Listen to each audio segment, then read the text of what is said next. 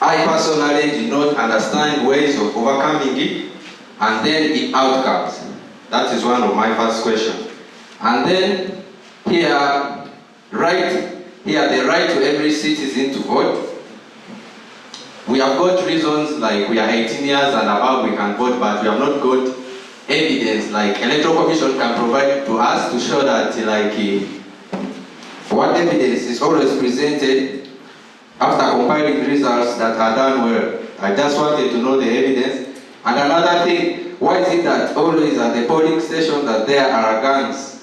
But I see we have a right to vote, and having guns, like putting guns at the polling station, these big guns, they really do scare us. So I really wanted to know much about this. Thank you. My name is Junai Maga. I'm senior 5. During election season, there is a problem with always the internet, and that follows complaints about rigging of votes. So that makes us Ugandans think that we are not having a free and fair elections. So how is the Electoral Commission ready in order to remove this feeling in us, the youths, since we are the voters of tomorrow? Thanks.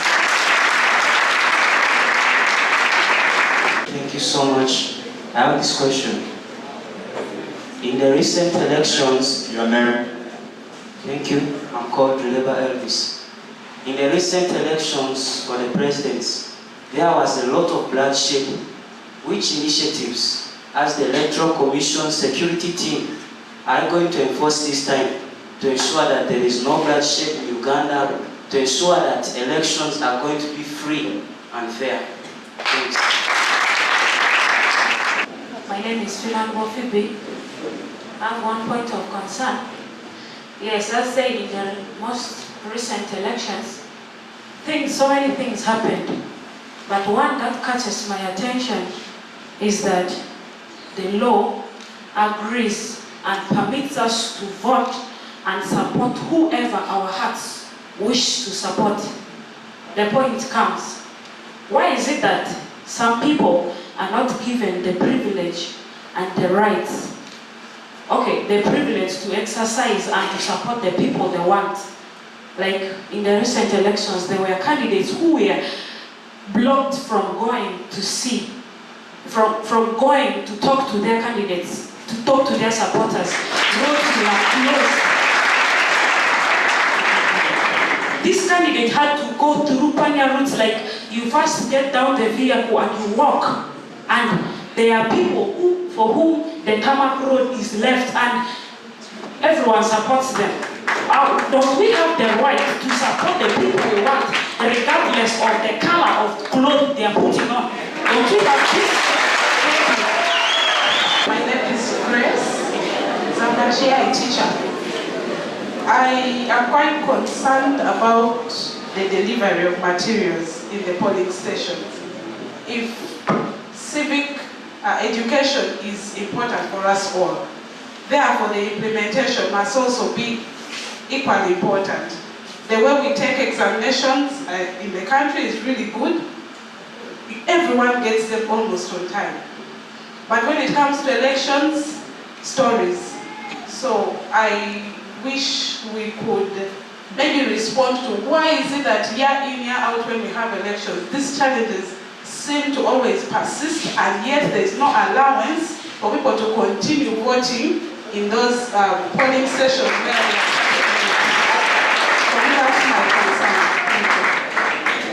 Thank you so much. My name is Mvara, senior 5. My question is, apart from the youths being highly populated in the country, what is the expectation of the country? Mvara, John Paul, senior 5. Let me start afresh. Apart from the youths being highly populated in the country, what is the expectation of the government or sensitizing the youth, the young people, and leaving the mamas and papas in the villages? Yes. Thank you so much. My name is Malcolm Senge, a student of senior 6 here. By the speaker, you can present the gospel of peace and stability in the country. But during elections, we don't have total peace. Each and every voter even walks along with stress. What can you tell me that there's peace? What can you tell me that is here as an evidence to show that there's peace? Yet during elections, we are always here praying. Let's people, let's not touch it. You can see these citizens portraying it. It's what happens in the country. So, Mr. Speaker, when you preach about peace and stability that is prevailing in the country, I see it as a big lie when it comes to elections. So what are you going to do to see that? You combine all these things, you amalgamate them into a common pool to see that there's peace and stability in their heads. That's all I can tell you. First of all, I want to commend all the students and Madam Teacher for those important questions you have raised. That's why we cherish and love these engagements. We also love to hear from you. What are your views? So that if there are things that we need to do as a commission to improve in the areas you have talked about, we do that. Now I'll start with the last question about peace and stability. Let me pose this question to you also. Do we have peace and stability now in Arua? Do we have it? I think it is mixed. Some are saying yes, some are saying no. Do we have peace and stability now? Why? What is the cause of instability?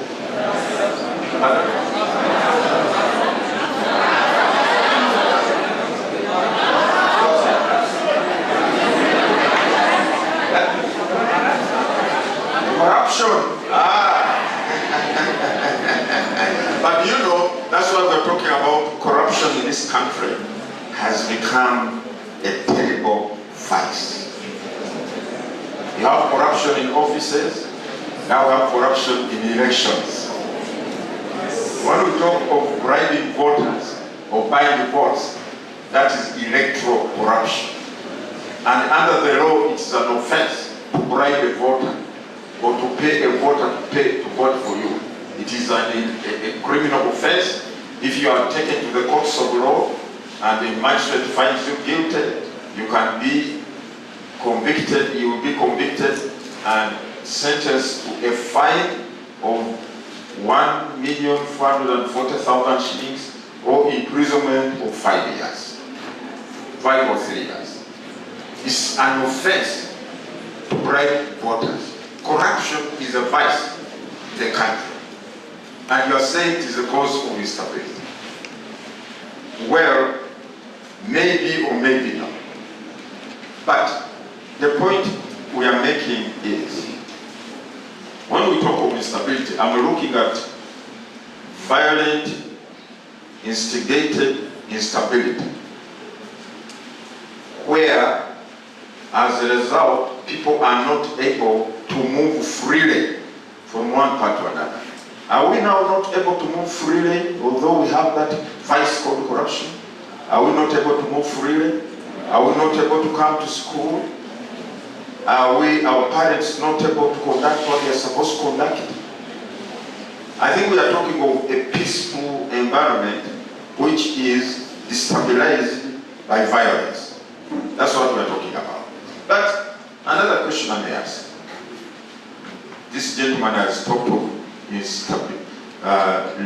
people being under stress during the elections, praying for the country. Please God help us. We go through this. Who are the causes of this instability? Who are the players in this instability? Pardon? Is it our cows and goats and chicken at home? It is we the human beings, isn't it?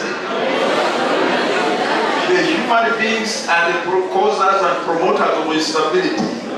Therefore, if we want to stamp out violence and instability, free choice, your free will to do what you are required to do and do it right. So if we are going to address issues of violence, and that's what we are saying, the peace that we have found, for me, I have found peace in Arua. I traveled without anybody stopping me. Nobody. I slept very well, nobody coming to knock on my door. That's why I knew here. I have come here peacefully. To me, I found peace here. I have seen so many people in the city moving up and down, moving with a purpose, going to carry out their various economic activities. To me, I this. But we want to ask, why should that process be disrupted when it comes to elections? Why? That's what we want us to address. We want, even when we have elections, this environment we find in a place of peace, calmness, and so on. Let it remain, let it prevail, even during the electoral processes. Let it remain. Remember, an election ends, and we continue. 2021 ended, and we here. Are we still living in the elections of 2021? Are we still electioneering up to today? What are we doing? We are doing the important activities. You are at school, the teachers are teaching, our parents are carrying out their businesses, they are in the farms, they are in the gardens, as they generate money to ensure that they pay for your tuition, life continues. That's the most important thing as a country. We should focus on that. Alright? So don't worry, my brother. We must make a choice. That's why we're engaging with you, young people. We must all make a collective choice and say, we want peace, we want stability. Elections, they are coming, yes, but they will end, and the country called Uganda will continue. And therefore, let us have them in this environment of peace and stability. John Paul, if I got your question, apart from the youth being many, the program of government exercising the young people, leaving the mamas. Now, for the mamas, we have what we call voter education programs. And my staff in the district, or the districts across the country, they carry out these voter education programs to also sensitize our mamas and papas who are not in school. We can do it either in community barazas or through radios. One of the blessings we have in this country are the number of radio stations we have today. In my time, we only had Radio Uganda. Yeah, I know you laugh about some of this, but it's the reality. Only one radio in Uganda, which you do all you need. West Nairo, Bunyoro, Usoga, Radio Uganda. One radio is. But now, the other day we were talking to the Association of Broadcasters, National Association of Broadcasters. They say we now have 309 radios in this country. 309 radios. Now of TVs, there was only one TV, Uganda Television, which was not even reaching other parts of the country. And some of us, those days you would die to go to Kampala. Or the data for someone take me to Kampala also, so that I can watch TV, for those who have TV. And it's not every home that had TV. There was a few elite people who had TVs in their homes. But now, we have 75 TV stations in the country. 75. Everywhere you go, TV. Everywhere you go, TV. Those are opportunities you young people you have. So why should you want to say you are in a hopeless, dire situation in this country? I think you better go out and go elsewhere where you work for 18 hours non-stop, and then you are not sure they are not treating you like a human being because your country there is no hope. That's not true. Just think outside the box. Be innovative. I was discussing with the RDC the other day. I watched, I think it was in the papers, newspapers. There's this boy who graduated from university. He has his degree, a good one, honors. He looked for a job and failed to get one. He looked for a job, failed to get one. 2 years, 3 years. He said, but really, I've forgotten his name. Am I going to sit here, have a head? God has given me a head. It's not horizontal. It's working normally. I have hands. They are not crippled. How can I say? He said he started by doing what? Or by roasting something. But then an idea said, but why don't you start some pork thing? I know it is haram to my sister here. Why don't I start some pork thing? He started his small pork business, roasting pork. He branded it Roger's pork joints, or pork ribs, or something like that. Opportunity. He got his phone, social media, and put what do you call these things of yours, you young people? And put his profile. Roger's pork ribs will even deliver where you are.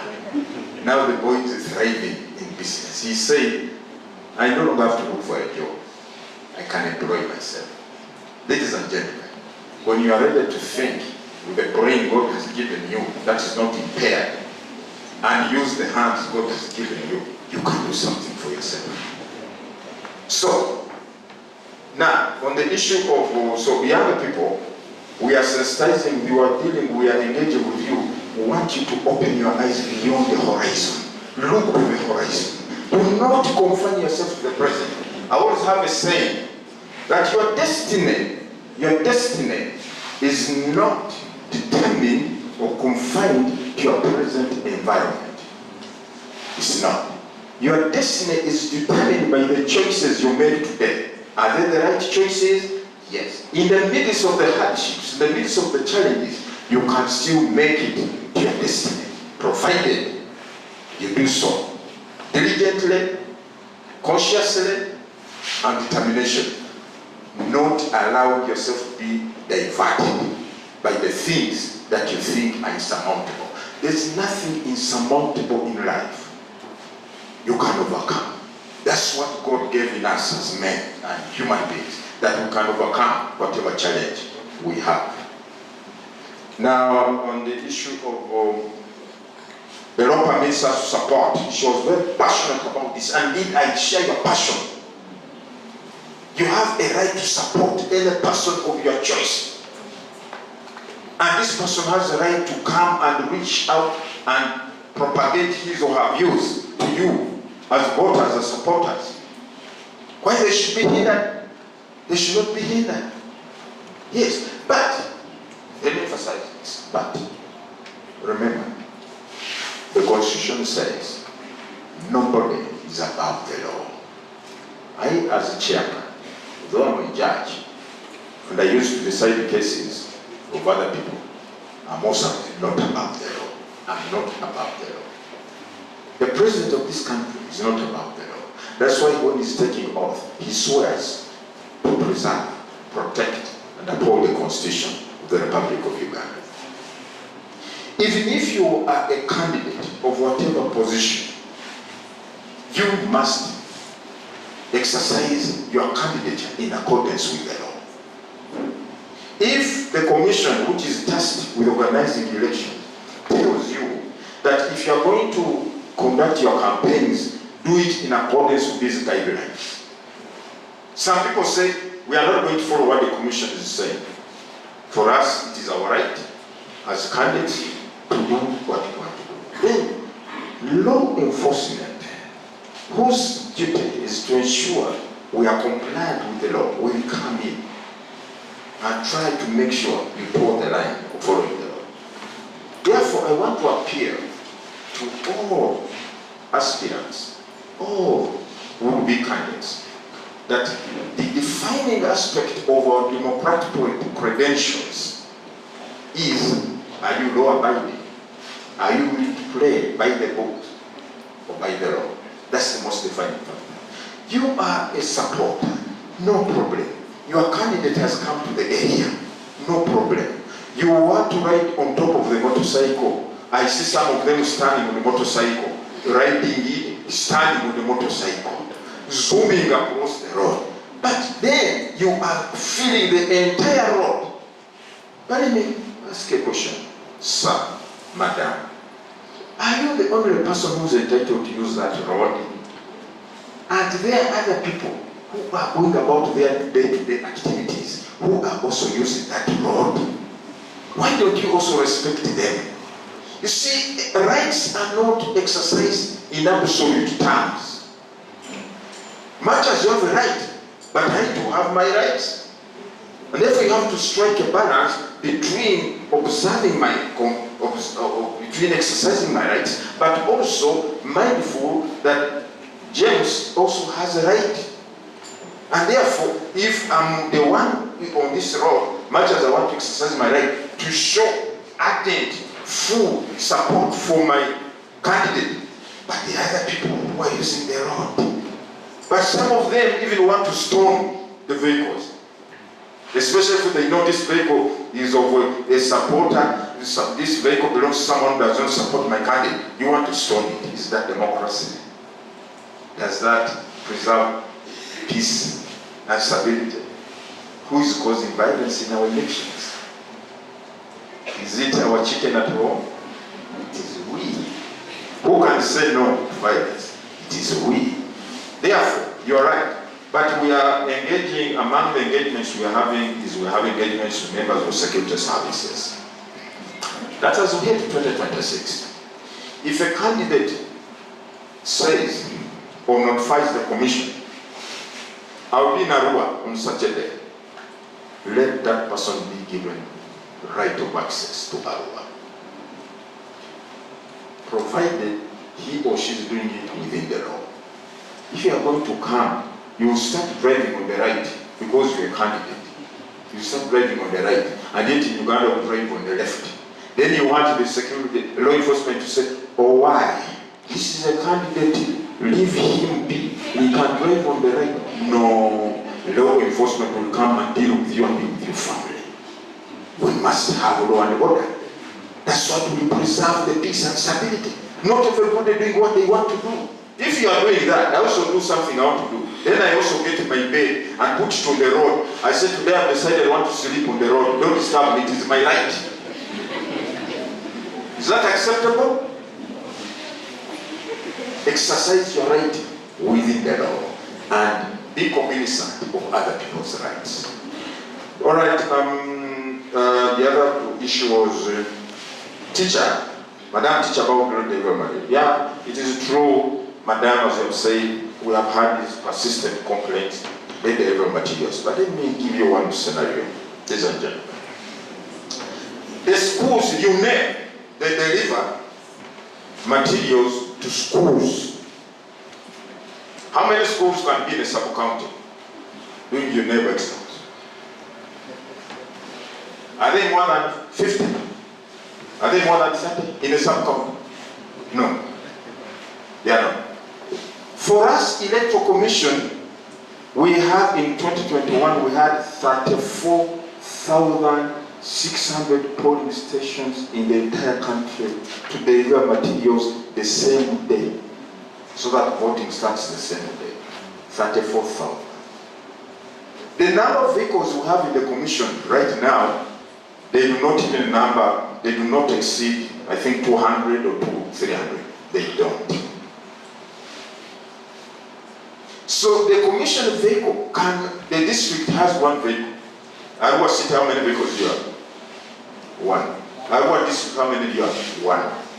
In general elections, we borrow vehicles from other government departments and entities so that we have more transport.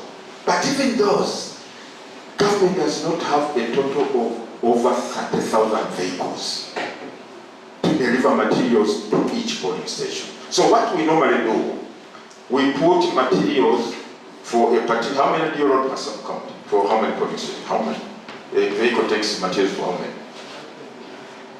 10 polling stations. A vehicle on average delivers materials for 10 polling stations. And mind you, these polling stations are not next to one another. They are scattered. So that's why at times you find materials tend to arrive a bit late. Not because the Electoral Commission is incompetent. If government had the money, listen, if government had the money, we would say, we want to deliver materials per polling station using one vehicle like this. Give us a vehicle per polling station to deliver materials. They will be delivered in time. But one vehicle has to move from here, there, and you know some of our roads, especially in the rural areas, they are not as smooth. Takes time. But government cannot afford that. Are we going to spend the entire budget of the country on elections, and then tomorrow we say, now where is the money for road infrastructure? Where is the money for schools? Where is the money for health sector? No. So some of these things we have to be flexible. But you know, you are right, Madam Teacher. We say, because in our planning we said polling stations should open at 7 a.m. But by 7, materials have not arrived. However, and this is one thing I want to point out, Whether voting starts at 10 or at 11 and is supposed to close at 4, but the law has said, even if 4 o'clock comes and there are still voters in the queue or in the line, those voters are entitled to cast their votes. Don't chase them away because it's 4 o'clock. No. The person who will not be allowed to vote is a voter who comes after 4 p.m. If you come after 4 p.m., you are too late. But if 4 o'clock finds you at the polling station, even if you are 200 voters or 300 at the polling station, you must vote. All our presiding officers know that. The returning officers know that. And in our stakeholder engagement, our voter education programs, we emphasize that. Please come, let 4 o'clock find you at the polling station and you'll cast your vote. So, madam, we do not close out any people, any voters who are at the polling station because we started late and therefore go away. No. The person who will chase away is the one who comes after 4 o'clock. But we shall endeavor, we shall try to keep on improving so that we make sure materials are delivered in time. But it's not a design or intentional on the part of the Commission to deliver these materials late. But the other question that was asked, the issue of last election, there was bloodshed. What are you going to do to ensure? Yes, it's unbelievable. It's very, very sad to have loss of lives, to have bloodshed in an electoral environment. Elections are supposed to be a very happy event. You have seen the campaigns, they all conduct them. People have pressed, dancing on top of lorries in support of their candidates. I've told you the border who jump on top of the border riding. Although that is dangerous, you may have an accident. And what does it benefit you? You break your limbs because you are supporting your voter, your supporter, your candidate. And when it goes through, when you come back to look at Bambi, James he broke his limbs when he was supporting me. Let me go and see how he's doing. What? University.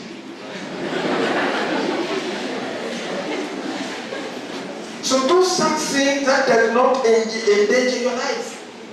You go, even if the policeman is facing you, is telling you that you follow that book, you say no to that policeman. You show him you are a ninja, you know karate. Show him you can disarm him. Now in the process, if you are shot in the leg, at least it doesn't get you in a part of the body where you may not survive.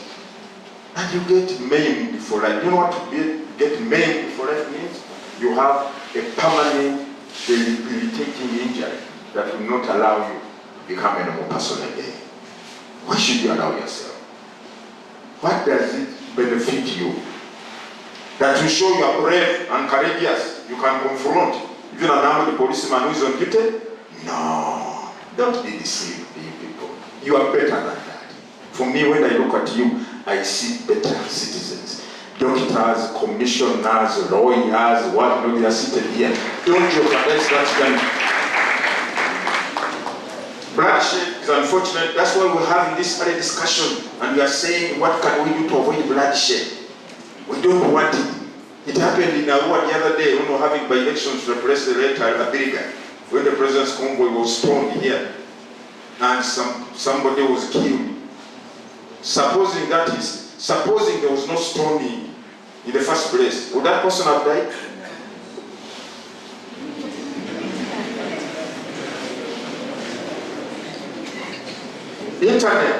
Internet. Well, my sister, was it Juliana? You see me here as electoral commission with my colleagues, the commissioners here. We are not in charge of internet. No. You are not in charge of it. For us, we are in charge of our ballots, polling materials, which we are supposed to deliver, and then send the results. We are not in charge of internet. But for us, because we know that there might be a disruption during elections and we have to transmit the results and announce within 48 hours. So we take our own measures, See, supposing something happens, then we start scrambling for solutions. Let's not wait. Let's put plan B. Then we also have our plan B. So we are not. You ask UCC, what happens during election? Where does the internet go? UCC is the body task. Managing those things. For us, we do our own part. So don't ask us about internet.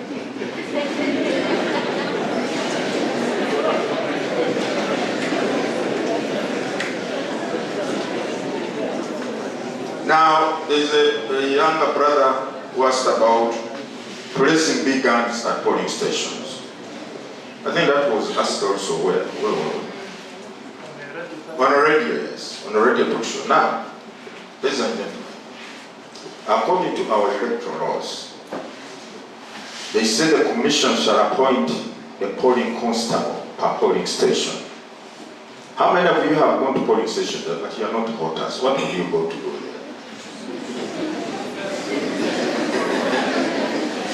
But if you go to a polling station, you will notice there is an armed, uniformed police person, either woman or man.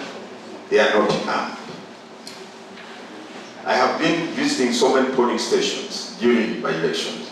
Our police officers who are manning or managing the security complement of that station, they are not armed. That's what the law says. However, I want you to ask you, although you are young, but you are intelligent, you are mature in your own way, do you think in Uganda today, we can hold elections and tell security people, go to your barracks and sleep, cover yourselves, let your wives cover you with blankets on polling day, don't come up. Can we do that? Thank you very much. Those who have said no, they are very sincere. You are going to pass your exams.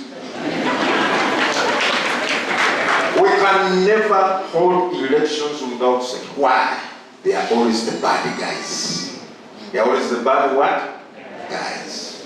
Even on a wedding today, which is supposed to be a happy event, very full of joy and love, if you just throw your bag like that, you'll find. I go to church.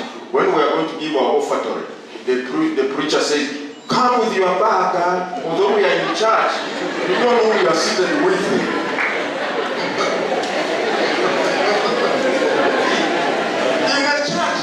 Supposed to be holy. We are before God. But there are people who come and glory in the church. Why do you think in these churches now, at least some of those I've seen in the urban centers in Kampala, they offer a basket. They made it with a very small hole which you just slot in the money so that you cannot recoup what you do. In the past, when it was open, what would people do? People are stealing God's offertory.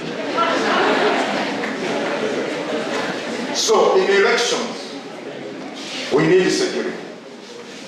And second, because some people have invested, if I may use that term, in elections heavily, some people sell off their houses, ladies and gentlemen.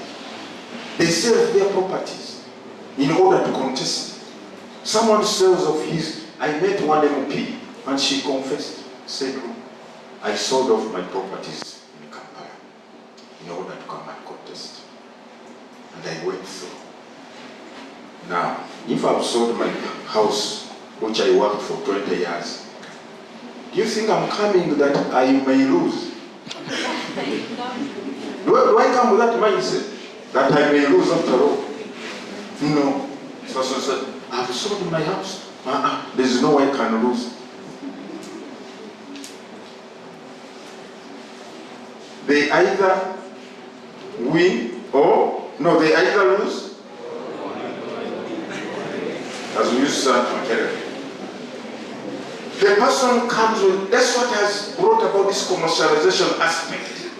People are disposing of their properties to come to elections. This person, and also that explains the aspects of violence. Someone knows Julius comes from that area. He has very many voters. That is his home area. He has a big support base. Let's go and disrupt the polling on that day, so that those polling stations are declared non-starters. So we need security. But what is the role of security in elections? The role of security is to ensure law-abiding citizens who are voters leave their homes, move freely without disruption to the polling stations and cast their votes.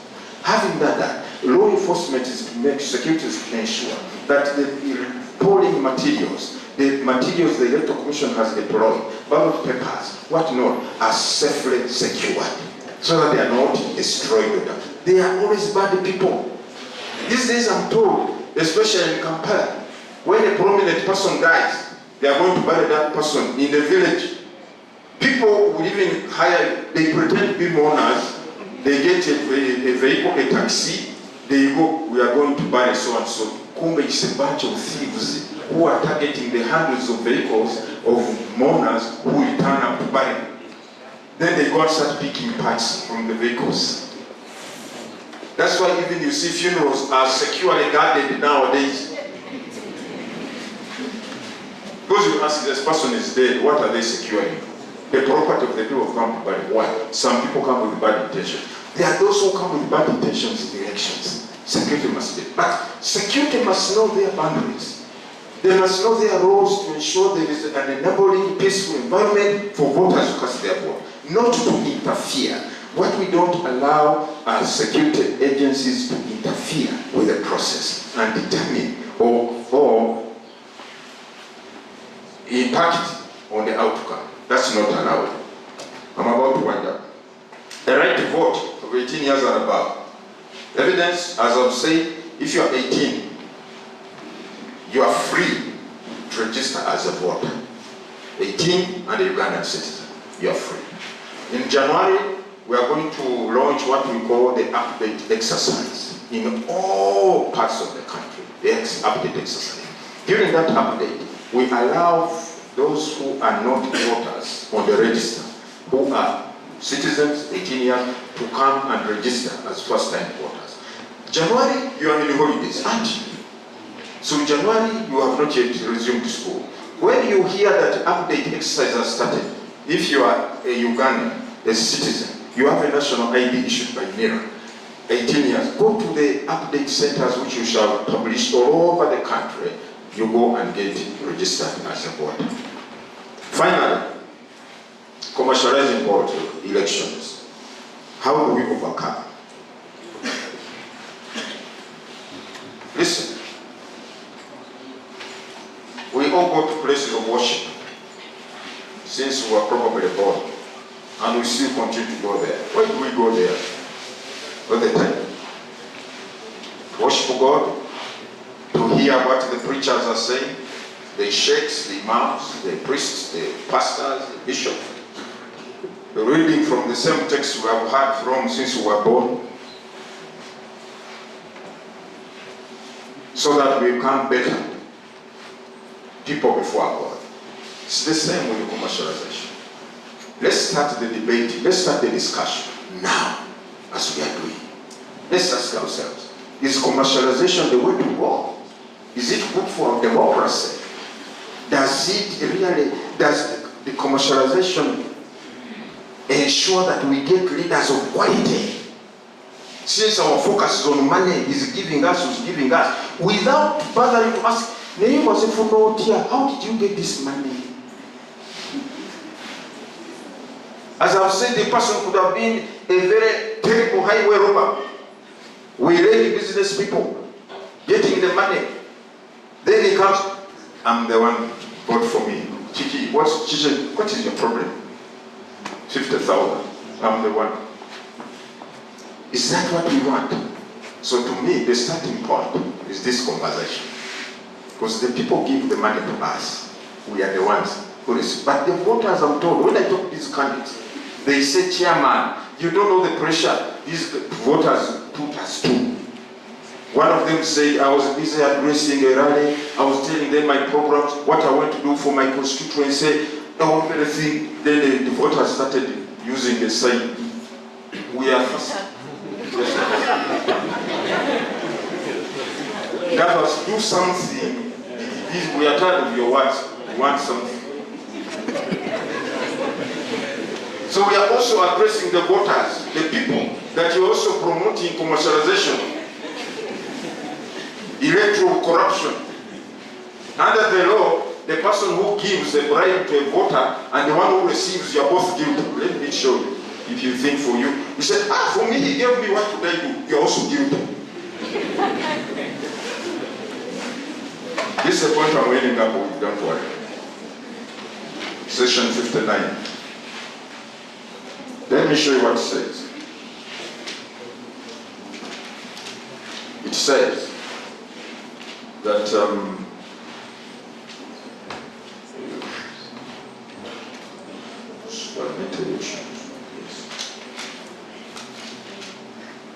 election petition, election.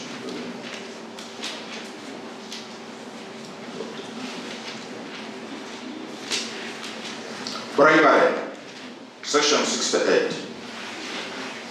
A person who during an election with intent to influence another person to vote for that candidate gives money, a gift, or other consideration to that person who is a voter commits the offense of bribery and is liable on conviction to a fine not exceeding 72 currency points. Each currency point is 20,000 shillings times 72. You get 1.44 million. Or imprisonment not exceeding 3 years. Then too, listen to this, because some of us say, may I receive? The candidate gave us, what would we do? Subsection 2 says, a person who receives any money, gift, or other consideration under the said subsection also commits the offense of bribery. The person giving, you are guilty of bribery. The person receiving, you are guilty of bribery. The only problem we have, we are not applying the law as it should in these matters of elections. I would want people who are bribing to be arrested. Those who are receiving 1,000 shillings. Can you imagine? You don't have to be a rocket scientist to know, to realize that, look, they give you 1,000 shillings as a bribe, 2,000. You are arrested, taken to a magistrate's court.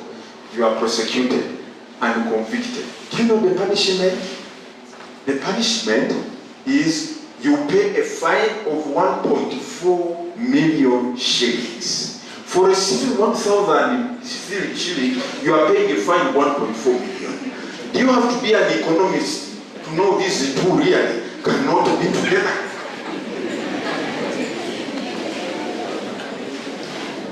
Or 3 years imprisonment for doing what? Receiving how much? I wish we could start convicting the people who are receiving 1,000 shillings. We convict them, we prosecute them. I tell you, that's the beginning point. Let us exercise the law. Government has now come up with, I think this week, I think Cabinet is taking a position on regulating the amount of money candidates will be using in elections. That's another measure. Now there is no law. One can use 2 billion shillings.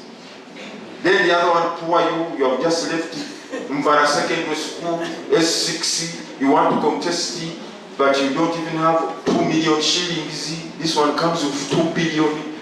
You stand a chance. So we want to limit it and say, I think government wants to limit and say, money to be used in elections, so much for everybody. The enforcement is that one will come. Let's begin with the law. So ladies and gentlemen, these are the things we have to address as a country. And I can assure you, by the time you are a commissioner, the electoral commission, by the time you are chairman, by the time you are what or contesting as MP, we want to make sure you find a clean, credible process of having election. Thank you so much. God bless you.